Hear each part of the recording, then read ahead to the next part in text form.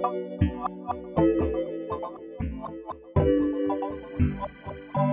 everybody, church, good to be back with you. I've been off the last couple of weeks, but the messages by Ray have just been stellar. A lot of you know that I have an online presence through Facebook and Instagram, and you know that I just share stories. I got tired a year or two ago of arguing theology and philosophy with people, and I just, for me, realized that that format really is an ineffectual format for really deep conversations that require a back and forth. So anyway, for everybody who's still doing that, more power to you. It has made so much sense this last year and a half just to tell stories. As an incarnational people, us Christians, it has just made an incredible amount of sense, and I think it's been effective telling these stories. But I wanted to read one that I posted just maybe a month ago, maybe just a few weeks ago. And if you follow me online, then you've probably read this, but it sure won't hurt you to hear it again. Because today I want to talk about, I think, one of the most important virtues, certainly is in my life, and one that I don't find that easy to come by, and that's the virtue of courage. So to that end, let me read this story, and again, some of you will remember it, but I think it really speaks aptly to what I want to say today. I wrote, last night a young man shared with me that earlier in the week, and this young man was about 30 years old, earlier in the week he had come out to his family. As he finished his long and moving note, he said some things that I won't soon forget. This is the part. To quote him, he said, "I'll spare you the details of the last few days. They have been a nightmare, to say the least. And I'm hurting and feel more sadness than it feels like I can bear. And yet, as I write this, it's becoming clear to me that these past few days have not been as hard as the last 17 years of my life. The time since I understood as an adolescent boy that I was gay. The truth is, life on this side of the closet door has been what I expected. My parents and siblings have not surprised me as I had hoped they would, as some of my friends had encouraged me they might. They have been predictable in the worst ways. And yet, as predictable as their reactions have been, I still wasn't prepared. And that's why the last 17 years have been so hard, or at least part of it. Because I've spent the better part of those 17 years predicting, fearing, dreading, and playing over and over and over in my mind how bad all of this would be. At least now I'm living in reality as opposed to mentally torturing myself with what ifs, all the while living a personal lie. Don't get me wrong. The rejection of my family hurts like hell. But I've got to tell you, it doesn't hurt as bad as my own. All of those years, I rejected myself. I guess I'm writing to you because I'm trying to be strong, and I thought maybe you could help me with that. Just writing this helps. I responded in the post, as I reflect this morning, prayerfully sending love and strength and courage to this young man. I'm reminded of something I heard years ago and haven't thought of in a long time. And that is that courage is the desire to truly live, even if it means dying first. Christians call this the Paschal cycle, life and death and burial and resurrection. And as I write on this Palm Sunday, I'm moved by two young men of approximately the same age who 2,000 years apart made the brave decision to let go. To let go of the lives they knew for lives that were truly worth dying for. Turns out those are the only kinds of lives actually worth living for. Courage. C.S. Lewis said it something like this. He said, courage is simply not just one of the virtues, but courage is the form of every virtue at the point of performance. I mean, think about that again. Lewis was wordy, but he was brilliant. Courage is not simply just one of the virtues. Lewis said it's the form or the manifestation of every virtue at the testing point. In other words, as I thought about that, Lewis is saying courage is patience when impatience would cost you nothing, and maybe patience would cost you a lot. Courage is honesty when clinging to the truth or standing for the truth proves difficult, and it might even prove devastating. It might prove even, well, not for us here in the West too much, but in times past, it's proven deadly for some. Courage is generosity when you're having to face your own needs. Courage is being a giver when it feels like your own life, when it feels like your own life is filled with scarcity. I think about the text in 2 Corinthians 8 when Paul was talking about the church in Macedonia, and he said, I watched their deep poverty mixed with an incredible amount of generosity, and it yielded a level of giving that I literally had to back them off from and say, quit giving, you're giving too much. Courage is generosity when you're facing your own scarcity. Courage is forgiveness and mercy when opening your heart again just feels like a terribly vulnerable thing to do, something that you can't imagine doing. That's courage. Courage is perseverance and endurance and determination that's born of a faith and an integrity that provides a buoyancy for your soul when the external forces are hitting you and the internal riptides of your own fear are about to drag you under. I love that. Courage is all of the virtues at the point of testing. I think that's why Aristotle, the great philosopher, said that courage actually is the mother of all the virtues, because without it, none of the virtues actually truly exist. I was going to read a scripture, so as I tell the places where I minister, if you have your phone, turn with me, because that's the way we look at scripture these days. So if you have your phone, I'm turning to 2 Corinthians 4. I wish I could read this entire chapter because it's one of my favorites. But let me just read a few verses. Verse 1, Paul says, therefore, since it's by God's mercy that we're engaged in this ministry, we don't lose heart. Skipping down to verse 4. In their case, some of the people who are really pressing him hard and even persecuting him, Paul says the God of this world has blinded their mind.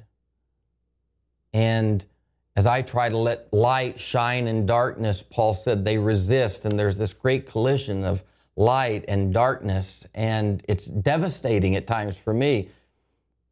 But he said, we have this treasure in clay jars so that it may be clear that the extraordinary power belongs to God and doesn't come from us. We're afflicted in every way, but we're not crushed. We're perplexed, but we're not driven to despair. We're persecuted, but we're not forsaken. We're struck down, but we're not destroyed. And then this line, always carrying in the body the death of Jesus, so that the life of Jesus may be made visible in our bodies. For while we live, we're always being given up to death for Jesus' sake, so that the life of Jesus, love, might be visible in our mortal flesh. Paul goes on down. I would love to read the entire chapter to you. But he concludes the chapter by saying in verse 16, so we don't lose heart. There's that phrase again that I love. We don't lose heart, even though our outer man is wasting away, our inner man's being renewed day by day. And our light affliction is gaining for us an eternal weight of glory beyond all measure. Paul said, we don't lose heart. And I think that actually is a brilliant phrase that's synonymous with the idea of courage. The word courage actually comes from the Latin root cor, which is heart. Courage is this activity of the heart. I think it was Shakespeare that first said that a person should take heart. What a fascinating idea that is, to literally take a hold of your own heart. This is courage. Just thinking back to the young man that wrote to me at 29, 30 years old, sitting down with his parents for the first time, knowing in his mind and then having it verified, the reaction that they would have that was so painful for him. What did he do in that moment? He did something incredibly courageous. He took hold of his heart, this ultimate center of the human being, this place that holds a person's original and full truth. You take hold of your heart. I think it was Hawkeye on MASH, the old sitcom years ago, that said, you know, I don't know why God, if God wanted us to be brave, why did he give us two legs? And another wise man said, there is no compliment in courage except for the fact that every one of us are beset by our own fears and our own cowardice. It's not really bravery and courage unless there are also two parts in you that are cowardice and fearful. I would be a whole lot more brave, another wise man said, if I weren't so afraid. Courage is taking hold of your heart. It's taking hold of your heart and seeing something so valuable and real and true there that you realize whatever cost I have to pay to hold this thing, this heart of mine with integrity and be true to it, whatever cost I have to pay pales in comparison to being true to myself. What was it that Douglas said? I'd rather be hated for who I am than loved for who I'm not. What was it that Rosa Parks said? She said, I woke up that morning and I realized I was tired. I realized that I was that little girl raised in the post-Jim Crow South, that I realized that I was living in fear and I was living in a prison I had put myself in. And I decided, here's the line, that I wouldn't co-conspire in my own diminishment anymore. People told her through the years that she was incredibly brave. She always laughed. She said that she was scared to death. But ultimately one day she said she put her feet on the floor and she said, I realized I was tired, and it wasn't a weariness of ankles and knees and hips. It was a weariness of soul, because that's what happens when you don't take heart. That's what happens when you lose heart. When you farm your heart out, when you betray your heart, when you compromise your heart, and you give it away to other people, you prostitute your heart for the acceptance of others, for an easy road. I mean, how easy is the road to go through life without a heart in your own chest, or at least one that you're true to? I think about the cowardly lion looking always outside of himself for his heart, only to find out in the end that it was buried, it was hidden down underneath all of his fears. Park said, I put my feet on the floor that day and realized I was tired, and I was tired in my soul. I was that little girl who had been told by her parents her whole life that the worst thing that could possibly happen to you is to end up in that county jail. And I bought it. I believed it. And I compromised myself every day. And when I was asked to move, I would move. I would shift seats. When it was pouring rain, I would walk around and walk down the aisle to the back of the bus, get out of the back of the bus and walk back around in the rain, peltering rain, compromising myself, not taking heart, losing heart. Paul said, we don't lose heart, but some of us do. We lose our heart. We lose our way. Park said, I finally realized, for fear of that damn county jail, I had put myself in prison. And I took the key and I opened the door. I took heart. What's it mean to take heart in your life? I mean, every day, God, I hope I never take this for granted. Every day, I mean, from 12-year-old kids to 70-year-old people, I receive letters, if not daily, weekly, but almost daily. I receive letters from people whose hearts have been hidden under so many layers of repression, so many layers of rejection, but ultimately layers of their own fear.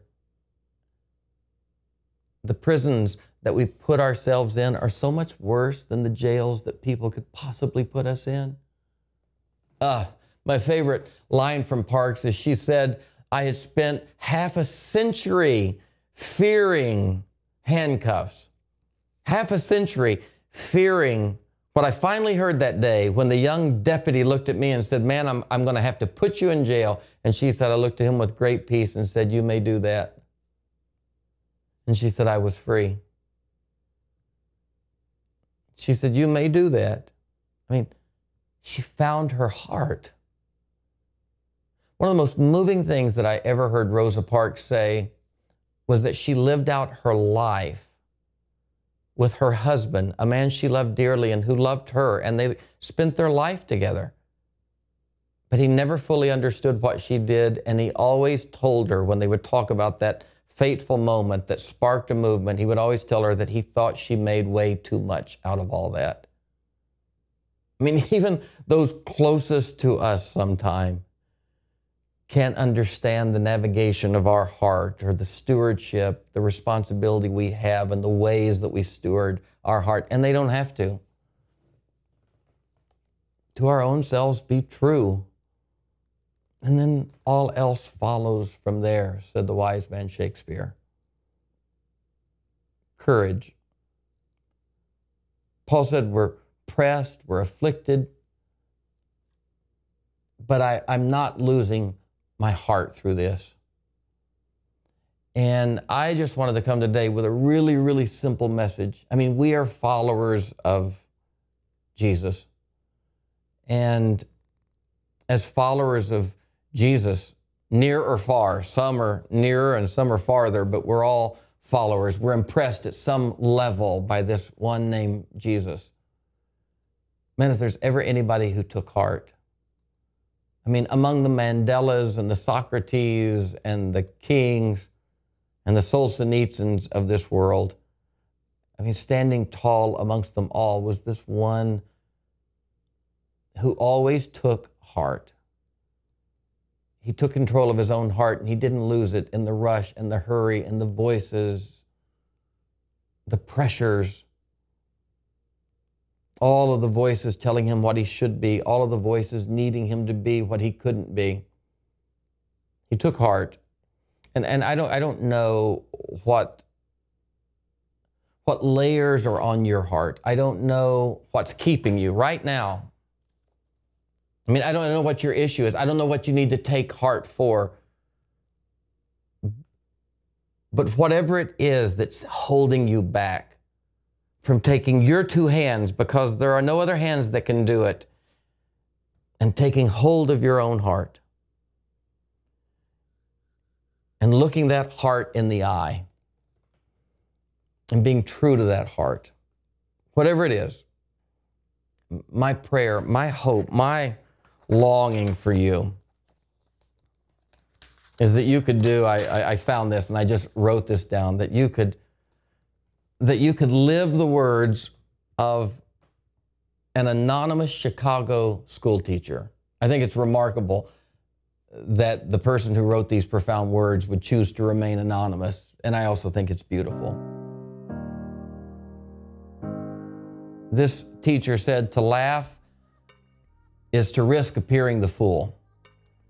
To weep is to risk appearing sentimental. To reach for another is to risk involvement. To expose your feelings is to risk exposing your true self and being laughed at, even rejected. To place your ideas, your dreams before a crowd is to risk their loss. To love is to risk not being loved in return. To live is to risk dying. To believe is to risk despair. To try is to risk failure. But the teacher says risks must be taken, because the greatest hazard in life is to risk nothing. The person who risks nothing, does nothing, has nothing, is nothing. And they may avoid suffering, They may even avoid sorrow, but they will not learn, they will not feel, they will not change, they will not grow, they will not love, and they will not live. Charmed by their attitudes, they actually are slaves. They have forfeited their freedom. Only a person who risks is free. It was Solzhenitsyn who said, if one is forever cautious, can that one truly remain a human being? It was Anais Nin who said, life shrinks or expands in proportion to one's courage. Life shrinks or expands in proportion to one's courage. My God, why did you want us to be brave and you gave us 2 legs? Because I feel like running all the time. And I have run a lot in my life, but to no good end.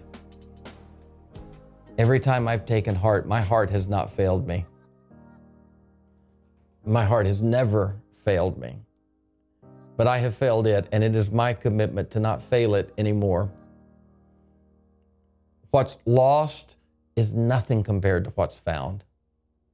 And all the death that ever were, if it were pulled together, it would scarcely fill a cup set next to the river of life that runs in the chest of someone who's willing to take their heart and not lose it. So that's my hope for you this week, that you'll be inspired to do the next courageous thing in your life. And I can't even imagine what that should be or what that would be. But you know what it is, don't you? You know what it is, don't you? So, sounding like an old Nike commercial, just do it. Just do it. Don't be that person that James said is like the one who looks in the mirror, sees the things that need to be changed, and then leaves and says, it's all good, fine, deceiving only themselves. So go take heart this week and send me your stories. I want to hear them. Let's encourage one another and let's help one another take heart. Take hold of that which is truest about ourselves. Go do good work this week. Love one another. Be good to one another. Hug a little longer. Love a little deeper. Forgive a little quicker. There's enough pain in the world. Be good to one another. Go get them, everybody, church. I believe in you, and I'm glad to be a part of you. You are here, moving in our midst. I worship you. I worship you. You are here, working in this place. I worship you. I worship you. Sing Waymaker. Waymaker, miracle worker, promise keeper, light in the darkness, my God, that is who you are. Sing it again. Waymaker, miracle worker, promise keeper, light in the darkness, my God, that is who you are. You are here. You are here, touching every heart. I worship you. I worship you.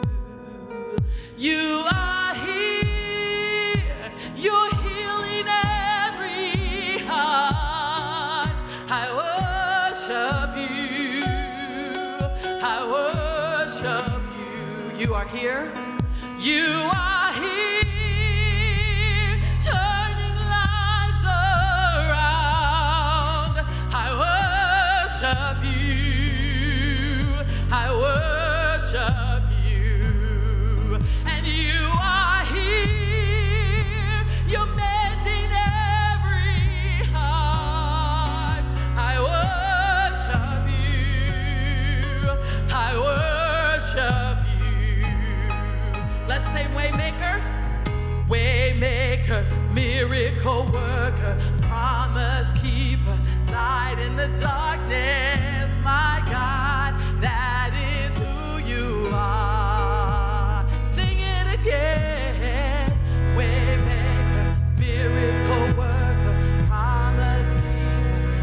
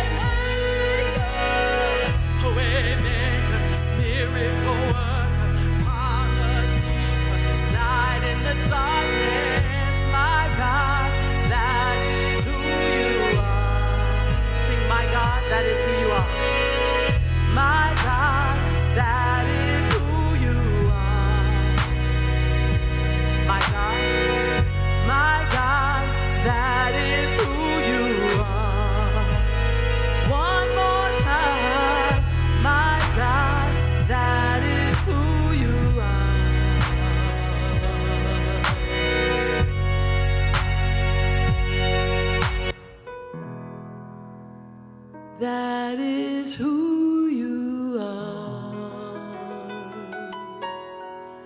God, we're so grateful that you're a way maker, that you're here today to mend our hearts and to heal our hearts. And we're here, we're listening, God. Well, hello, everybody, church. Hey, everybody, church. We are coming to you today because we want to tell you about something really wonderful and see if you'll help us with it. July 11th through 14th in Hot Springs, North Carolina is an incredible festival called the Wild Goose. It is a central festival get-together conference for people in progressive Christian circles, and LGBTQ advocacy is a big part of that. My wife and I went last year for the very first time. You've been a part of this as a leader for a long time.